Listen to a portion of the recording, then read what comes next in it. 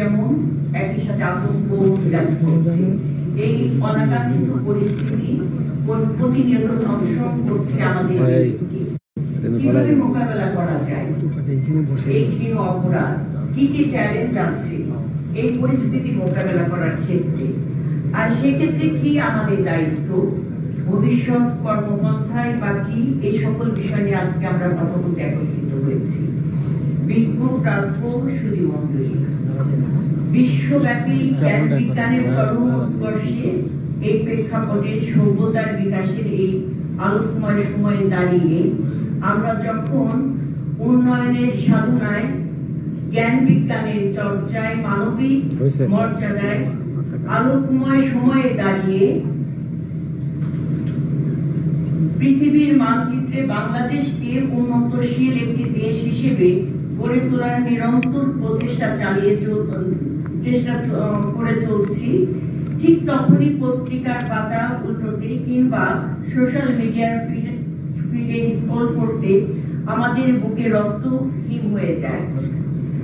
অবধ শিশুর উপর শারীরিক নির্যাতন, গৃহকর্মী শিশুদের উপর অমানবিক নিষ্ঠুরতা, সাইবার যুগে শিশু নিপীড়ন, দুর্ভাগ্যজনকভাবে ক্রমবর্ধমান যৌন নির্যাতনের খবরে এ কোন অন্ধকার যেখানে ভয় তারা করে ফেলে আমাদের শিশু সন্তানেরা।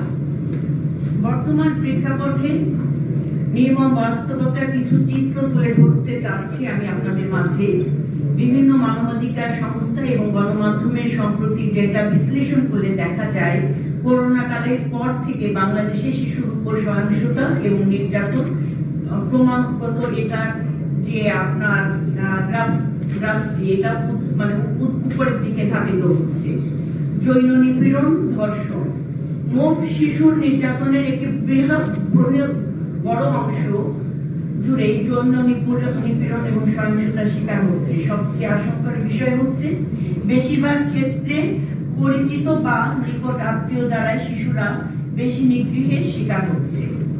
ডিজিটাল বা সাইবার নির্যাতন বর্তমান বাংলাদেশে স্মার্ট যুগের প্রসারের সাথে সাথে সাইবার বুলিং, অনলাইন গ্রুমিং এবং চাইল্ড পর্নোগ্রাফির মতো ভয়ঙ্কর অপরাধ বহুগুণে বেড়ে গেছে।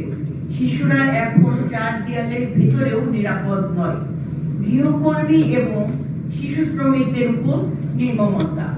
করোনাোত্তর অর্থনৈতিক সংকটের কারণে অনেক পরিবার বাধ্য হয়ে তার শিশুদেরকে কাজে পাঠাতে বাধ্য হয়েছে।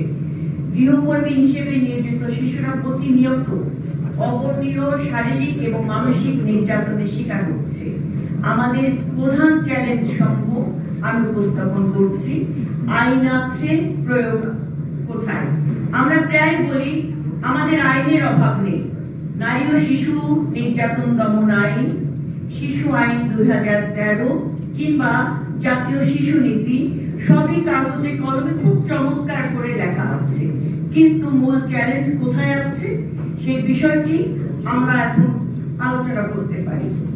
সংস্কৃতিগত নিরাপত্তা এবং সামাজিক লজ্জা, লোকে কি বলবে, এই একটি ভয় পরিবারগুলোকে এখনো নির্যাতন চেপে রাখার একটা বড় কারণ হয়ে দাঁড়িয়েছে। ফলে অপরাধীরা পার পেয়ে যায় এবং পরবর্তী অপরাধ করার সাহসটা পেয়ে যায়।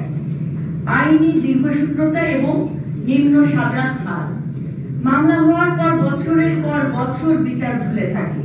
সাক্ষী সুরক্ষার অভাব এবং প্রমাণের অভাবে শেষ পর্যন্ত সাজার হার অত্যন্ত হতাশাজনক, যা 3% থেকে 5% কাছাকাছি। প্রাতিষ্ঠানিক সমন্বয়হীনতা, পুলিশ, সমাজসেবক অধিদপ্তর এবং স্থানীয় প্রশাসকের মাধ্যমে দ্রুত সরানোর ক্ষেত্রে এ ধরনের সমন্বয়হীনতা স্পষ্ট। কার কি দায়? সমষ্টিগত জবাবদিহিতা। শিশু নির্যাতন রোধ করার একক কোনো মন্ত্রণালয় বা সুশীল সমাজের একক কাজ নয়, এটি একটি ত্রিমাত্রিক দায়িত্ব। সেই ত্রিমাত্রিক দায়িত্বগুলো কি?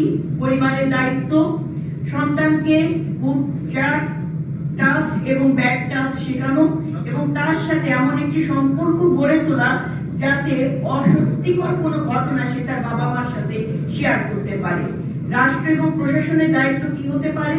জিরো টলারেন্সের নীতি গ্রহণ করা, রাজনৈতিক বা সামাজিক প্রভাবমুক্ত হয়ে দ্রুততম সময়ে বিচার নিশ্চিত করা।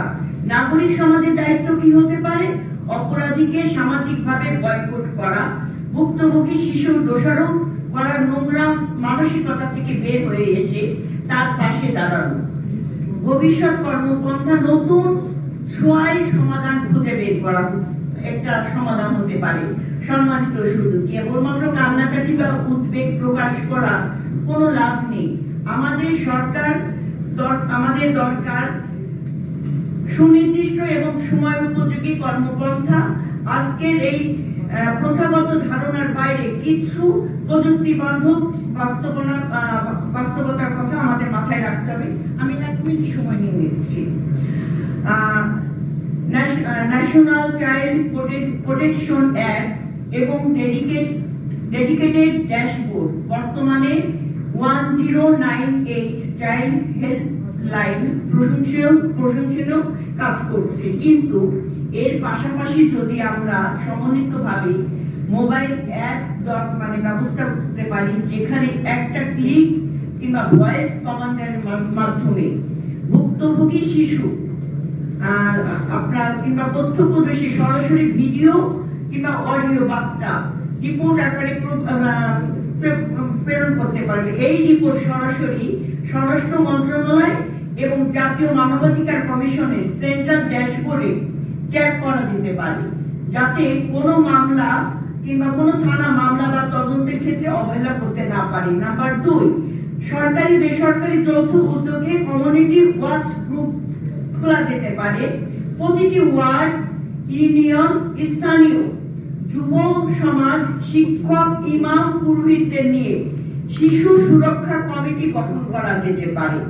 তারা শুধু সচেতনতা বাড়াবে না, বরং কোন পরিবার কিংবা প্রতিষ্ঠানে শিশু নির্যাতনের লক্ষণ, যেমন হঠাৎ চুপ হয়ে যাওয়া, শরীরে কোনো আহতের চিহ্ন যদি দেখে, সেক্ষেত্রে সাথে সাথে হস্তক্ষেপ ব্যবস্থা গ্রহণ করতে পারে।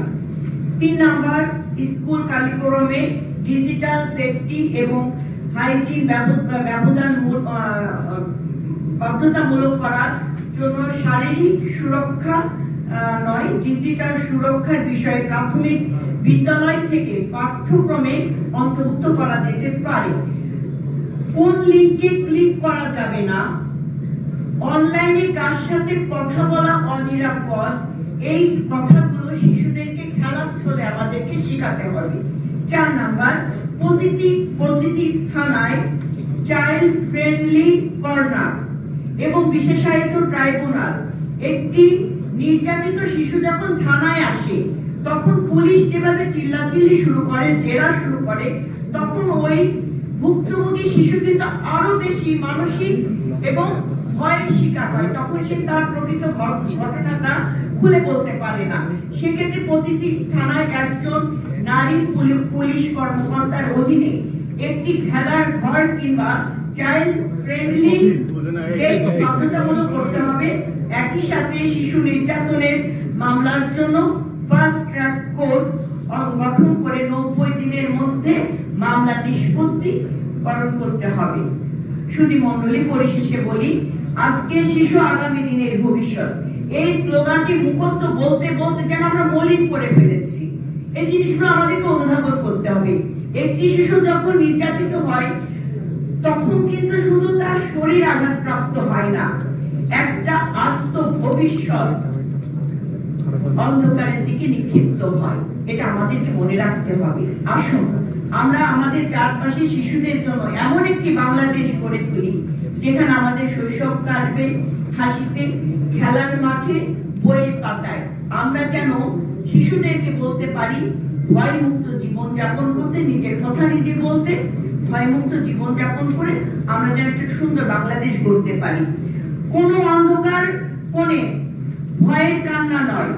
আমাদের মনে রাখা জরুরি যে রাষ্ট্র যদি নাগরিকের নিরাপত্তা দিতে ব্যর্থ হয়, তবে সেই রাষ্ট্রের উন্নয়নের কোনো অর্থই থাকে না। আসুন আজ এই সেমিনার থেকে আমরা প্রতিজ্ঞাবদ্ধ হই, যতক্ষণ দেহে আছে প্রাণ, প্রাণপণে পৃথিবীর সরাবর জঞ্জাল এই বিশ্বকে এই শিশুর বাসযোগ্য করে যাব আমি নবজাতকের কাছে। এ আমার দৃঢ় অঙ্গীকার। সবাইকে ধন্যবাদ। ধন্যবাদ।